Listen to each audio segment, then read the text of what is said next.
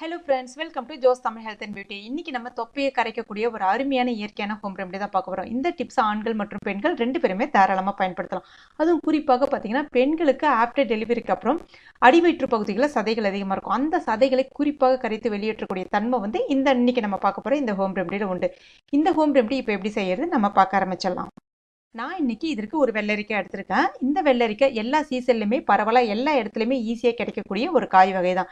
இதில் அதிகமான நீர் சத்துக்கள் இருக்குது. இந்த நீர் சத்துக்கள் நம்ம உடலில் தங்கியிருக்கக்கூடிய, அதுவும் குறிப்பாக அடிவயிற்று பகுதியில் தங்கியிருக்கக்கூடிய அந்த எக்ஸ்ட்ரா ஃபேட்ஸை கரைத்து வெளியேற்ற தன்மை வந்து இந்த வெள்ளரிக்காயில் உண்டு.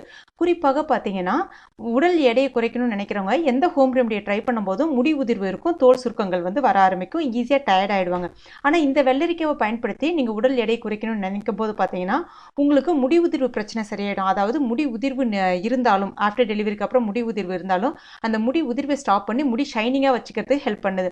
ஏன்னா இதில் இருக்கக்கூடிய நீர் சத்து பார்த்தீங்கன்னா நம்மளுக்கு முடி வளர்ச்சியையும் தூண்டும், அதே சமயத்தில் உடல் எடையும் வந்து சீராக குறைக்கிறதுக்கு உதவுது.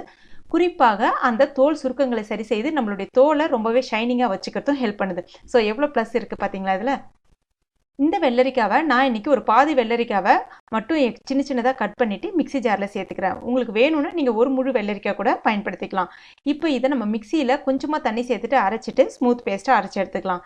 இப்போ இதை நம்ம ஒரு கிளாஸில் மாற்றிக்கலாம். அடுத்ததாக ஒரு 1/4 டீஸ்பூன் போல் இது கூட மிளகு பொடி சேர்த்துக்கலாம். அதுக்கப்புறமா சுக்கு வந்து நம்ம இதில் உரலில் தட்டிட்டு மிக்சியில் வந்து பொடி பண்ணி ரெடி பண்ணி வச்சுங்க. அதையும் ஒரு 1/2 டீஸ்பூன் போல் இது கூட சேர்த்துக்கலாம். இப்போ இது எல்லாத்தையுமே நம்ம மிக்ஸ் பண்ணிடலாம். இப்போ நம்முடைய ஜூஸ் வந்து ரெடி ஆகிடுச்சு.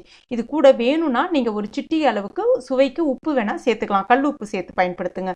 இதை இப்போ எப்போ குடிக்கணும் அப்படின்னா காலையில் கண்டிப்பாக வெறும் வயிற்றில் குடிக்கணும். குறிப்பாக பார்த்தீங்கன்னா தொடர்ந்து ஒரு 10 நாள் மட்டும் குடிச்சு பாருங்களேன், கண்டிப்பாக உங்களுக்கு நல்ல டிஃப்ரென்ஸ் தெரியும். அந்த தொப்பை, குறிப்பாக அடிவயிற்று பகுதி வந்து தொப்பை வந்து நல்லா குறையிறத உங்களால் கண்கூட பார்க்க முடியும்.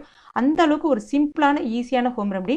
இதில் நம்ம மிளகு பயன்படுத்தியிருக்கோம், சுக்கு பயன்படுத்தியிருக்கோம். ரெண்டுமே நம்ம உடலில் தங்கியிருக்கக்கூடிய அந்த எக்ஸ்ட்ரா ஃபேட்ஸை கரைத்து வெளியேற்றத்துக்கு ரொம்பவே பயனுள்ளதாக அமையும்.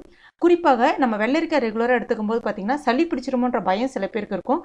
ஆனால் நம்ம இதில் மிளகு சுக்கு பயன்படுத்தியிருக்கோம். ரெண்டுமே உங்களுக்கு சளி பிடிச்சிடாமல் உங்களை சேஃபாக வச்சுக்கும். ஸோ அதனால் பயம் இல்லாமல் தாராளமாக காலையில் இது யார் வேணாலும் பருகலாம். இந்த மருத்துவ குறிப்பை பார்த்தீங்கன்னா யார் வேணாலும் பயன்படுத்தலாம். குறிப்பாக தைராய்டு இருக்கிறவங்க, அதுக்கப்புறம் வந்து சர்க்கரை நோய் இருக்கிறவங்க எல்லாருமே வந்து வெள்ளரிக்காய் எடுத்துக்கிறது ரொம்ப ரொம்ப நல்லது. இதில் என்னன்னா பால் கொடுக்கும் தாய்மார்கள் பார்த்தீங்கன்னா கரெக்டாக ஒரு 8 மாதத்துக்கு மேலே இதை வந்து ட்ரை பண்ணுங்கள். அதாவது குழந்தைகள் எக்ஸ்ட்ரா உணவு எடுத்துக்க ஆரம்பிக்கும் போது நீங்கள் வந்து ட்ரை பண்ணுறது ரொம்ப ரொம்ப நல்லது. அதுக்கு முன்னாடி ட்ரை பண்ணாதீங்க. என்ன ஃப்ரெண்ட்ஸ், நான் சொன்ன டிப்ஸ் உங்களுக்கு பயனுள்ளதாக இருந்திருக்கும் நம்புறேன். பயனுள்ளதாக இருந்துச்சுன்னா மறக்காம இந்த வீடியோவை லைக் பண்ணுங்கள், ஷேர் பண்ணுங்கள். மேலும் இது போன்ற தகவலுக்கு நம்ம சேனல் இது வரைக்கும் நீங்கள் சப்ஸ்கிரைப் பண்ணாத நண்பர்களாக இருந்தால் உடனே சப்ஸ்கிரைப் பண்ணிங்க. கூடவே அந்த பெல் நோட்டிஃபிகேஷன் சிம்லி ப்ரெஸ் பண்ணிங்க. தேங்க்யூ.